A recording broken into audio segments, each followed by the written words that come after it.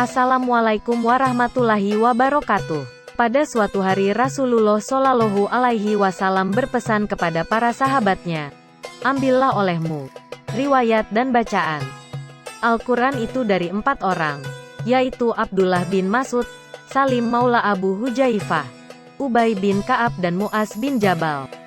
Suatu ketika, istri dari Abu Hujaifah membeli Salim saat masih kecil di pasar perdagangan budak. Lalu Abu Hujaifah menganggapnya sebagai anaknya sendiri. Kemudian setelah Salim balik, Abu Hujaifah mengangkatnya sebagai anak angkatnya. Namanya berubah menjadi Salim Maula Abu Hujaifah. Kemudian Islam memperbaiki kedudukannya, hingga diambil sebagai anak angkat oleh salah seorang pemimpin Islam terkemuka.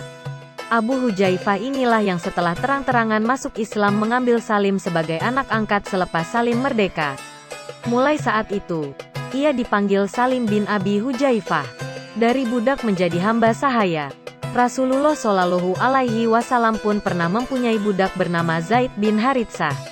Lalu dibebaskan oleh Rasulullah Shallallahu Alaihi Wasallam. Suatu ketika, ayahnya Zaid datang kepada Rasulullah Shallallahu Alaihi Wasallam untuk meminta anaknya. Zaid kembali kepadanya. Kemudian Rasulullah Shallallahu Alaihi Wasallam meminta Zaid untuk memilih, dan pilihan Zaid jatuh kepada Rasulullah Shallallahu Alaihi Wasallam untuk menjadi ayah angkatnya. Kemudian Rasulullah Shallallahu Alaihi Wasallam mengubah namanya menjadi Zaid bin Muhammad. Pada suatu hari, turunlah ayat yang membatalkan kebiasaan mengambil anak angkat. Maka setiap anak angkat kembali menyandang nama bapak aslinya. Misalkan Zaid bin Haritsah yang diangkat anak oleh Nabi Shallallahu Alaihi Wasallam hingga dikenal oleh kaum muslimin sebagai Zaid bin Muhammad Shallallahu Alaihi Wasallam. Ia kembali menyandang nama bapaknya Haritsah. Namanya berubah menjadi Zaid bin Haritsah. Tetapi Salim tidak dikenal siapa bapaknya. Maka ia menghubungkan diri kepada orang yang telah membebaskannya. Oleh karena itu, ia dipanggil Salim Maula Abu Hujaifah. Firman Allah Subhanahu wa Ta'ala, Muhammad itu sekali-kali bukanlah bapak dari seorang laki-laki di antara kamu, tetapi dia adalah Rasulullah dan penutup nabi-nabi, dan adalah Allah Maha mengetahui segala sesuatu. Quran Surah Al-Ahzab 40. Ibnu Katsir berkata, setelah turun ayat ini, Allah melarang ada panggilan Zaid bin Muhammad, yakni beliau bukanlah ayahnya sekalipun telah mengangkatnya sebagai anak adopsi. Firman Allah Subhanahu wa Ta'ala juga turun saat Abu Hujaifah mengangkat Salim sebagai anaknya. Panggillah mereka, anak-anak angkat itu, dengan memakai nama bapak-bapak mereka.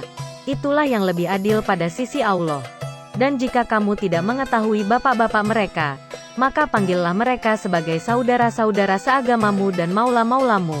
Quran Surah Al-Ahzab 33 ayat 5. Tak kala Islam menghapus adat kebiasaan memungut anak angkat, Salim pun menjadi saudara, teman sejawat serta maula, hamba sahaya yang telah dimerdekakan, bagi orang yang memungutnya sebagai anak tadi, yaitu sahabat yang mulia bernama Abu Hujaifah bin Utbah.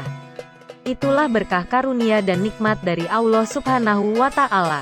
Salim mencapai kedudukan tinggi dan terhormat di kalangan muslimin, berkah keutamaan jiwanya, serta perangai dan ketakwaannya.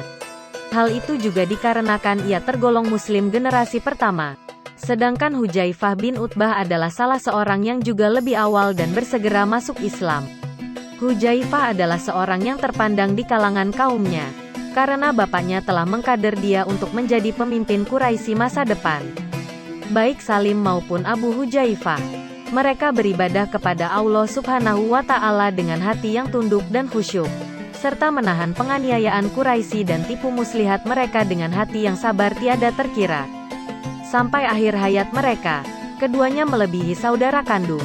Ketika ajal tiba, mereka meninggal bersama-sama, nyawa melayang bersama nyawa, dan tubuh yang satu terbaring di samping tubuh yang lain. Itulah keistimewaan luar biasa dari Islam.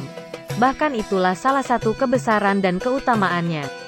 Salim telah beriman sebenar-benar iman, dan menempuh jalan menuju ilahi bersama-sama orang-orang yang takwa dan budiman. Bersama-sama, syahid dalam peperangan. Di awal peperangan, kaum muslimin tidak bermaksud hendak menyerang.